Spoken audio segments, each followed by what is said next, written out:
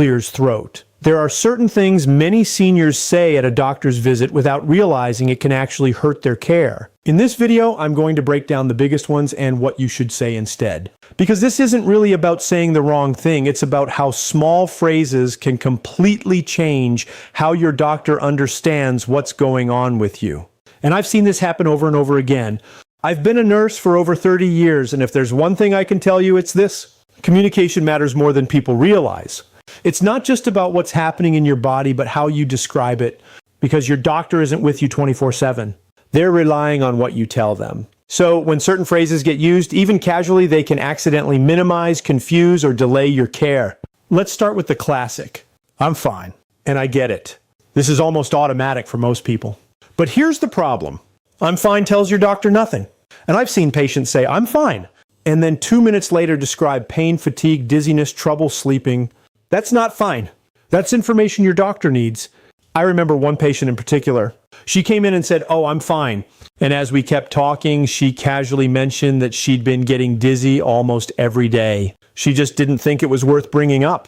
That's the kind of thing that gets missed when everything gets labeled as fine. What you could say instead is, "I'm okay, but I've been having blank." Or, "I feel mostly fine, but this has been bothering me." That one shift gives your doctor something they can actually work with. "This next one drives me a little crazy." It's probably nothing, and then they describe something that absolutely should be evaluated. Here's the issue.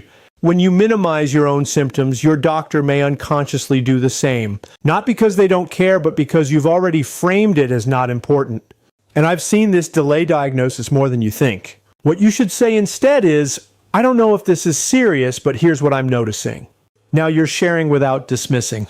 "Ooh, this next one, I hear it all the time. I didn't want to bother anyone."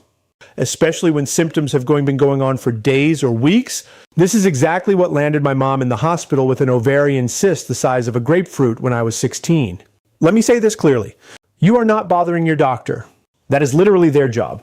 And I've seen so many situations where someone waited and waited and waited, and by the time they spoke up, the issue was much harder to manage. What you could say instead is, "This has been going on for a while and I wanted to get it checked." Simple, direct, and helpful. Even better, talk about it when you first notice it. This next one sounds polite, but it can actually work against you. "Whatever you think, doctor." Because now you've removed yourself from the conversation. And good care is a two-way conversation. Your doctor brings medical knowledge, but you bring your experience, your preferences, and your priorities. And I've seen better outcomes when patients stay engaged. I remember a patient who kept saying, "Whatever you think is best," and on the surface that sounds cooperative. But when the doctor started explaining options, we realized there were things that mattered to her that she hadn't mentioned at all. Things that would have actually changed the plan, but no one knew because she didn't say it. What you can say instead are, "What are my options?" Or, "What would you recommend and why?" That keeps you involved without being difficult.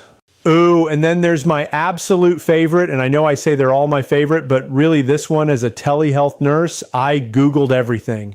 This one goes both ways. Some people come in saying, "I looked everything up and I think I have blank 5 different conditions." And others say nothing, even though they're worried. Here's the truth. Your doctor knows you're thinking about it. It's okay to say, "I looked this up and it made me wonder about." That opens a conversation instead of creating tension. And then "I forgot." This one is very common.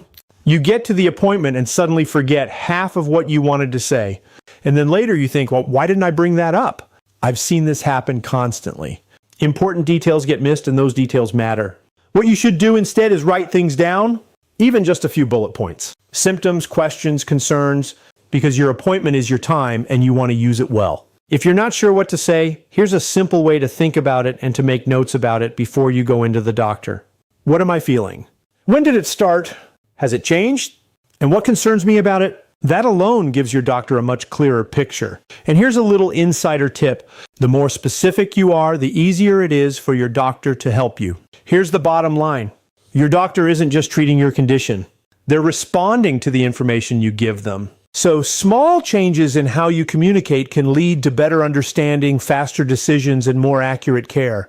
And I've seen this make a real difference over and over again. And honestly, this is why I created my free guide, What to Say at Your Next Doctor Visit, to help you stay organized and advocate for yourself like a pro. There's a link down below. You can download it for free. Because knowing what to say and how to say it can completely change your experience. And I'd love to hear from you. What's something you've said at a doctor's appointment that you later wished you'd said differently? Or something you weren't sure how to bring up? Drop it in the comments because chances are you're not the only one. See you next time.